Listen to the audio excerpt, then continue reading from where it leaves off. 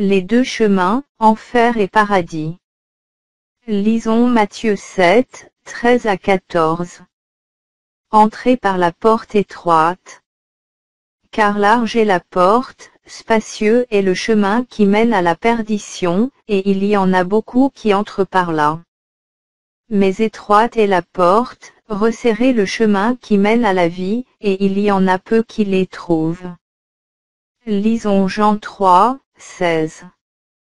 Car Dieu a tant aimé le monde qu'il a donné son Fils unique, afin que quiconque croit en lui ne périsse point, mais qu'il ait la vie éternelle. Lisons 1 Jean 1, 9.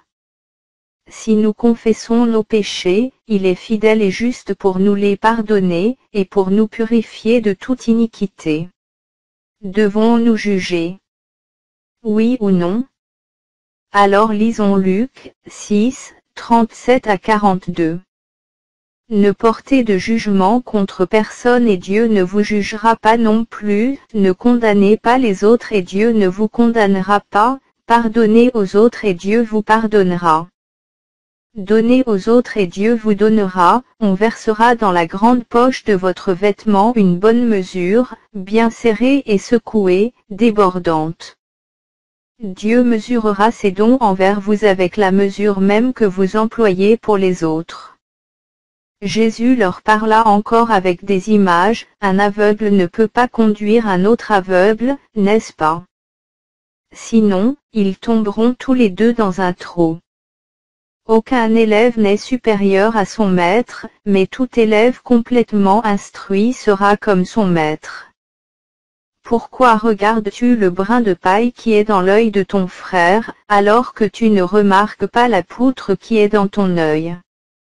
Comment peux-tu dire à ton frère, mon frère, laisse-moi enlever cette paille qui est dans ton œil, toi qui ne vois même pas la poutre qui est dans le tien? Hypocrite, enlève d'abord la poutre de ton œil et alors tu verras assez clair pour enlever la paille de l'œil de ton frère. Lisons Luc 6, 31. Faites pour les autres exactement ce que vous voulez qu'ils fassent pour vous. Lisons Matthieu 7, 17 à 20. Un bon arbre produit de bons fruits et un arbre malade de mauvais fruits. Un bon arbre ne peut pas produire de mauvais fruits ni un arbre malade de bons fruits. Tout arbre qui ne produit pas de bons fruits est coupé, puis jeté au feu. Ainsi donc, vous reconnaîtrez les faux prophètes à leur conduite. Nous devons appliquer la parole de Dieu. Lisons Matthieu 7, 20 à 27. Ce ne sont pas tous ceux qui me disent, Seigneur, Seigneur, qui entreront dans le royaume des cieux, mais seulement ceux qui font la volonté de mon Père qui est dans les cieux. Au jour du jugement, beaucoup me diront, Seigneur, Seigneur, c'est en ton nom que nous avons été prophètes, c'est en ton nom que nous avons chassé des esprits mauvais, c'est en ton nom que nous avons accompli de nombreux miracles. Ne le sais-tu pas? Alors je leur déclarerai, je ne vous ai jamais connus, allez-vous en loin de moi, vous qui commettez le mal.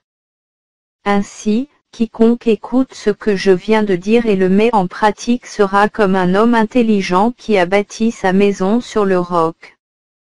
La pluie est tombée, les rivières ont débordé, la tempête s'est abattue sur cette maison, mais elle ne s'est pas écroulée, car ses fondations avaient été posées sur le roc. Mais quiconque écoute ce que je viens de dire et ne le met pas en pratique sera comme un homme insensé qui a bâti sa maison sur le sable. La pluie est tombée, les rivières ont débordé, la tempête s'est abattue sur cette maison et elle s'est écroulée, sa ruine a été complète. Je t'invite à accepter Jésus et de mettre sa parole en pratique et tu vivras. Que Dieu vous bénisse. Suivez-nous sur notre page Facebook Ministère Jésus le Refuge.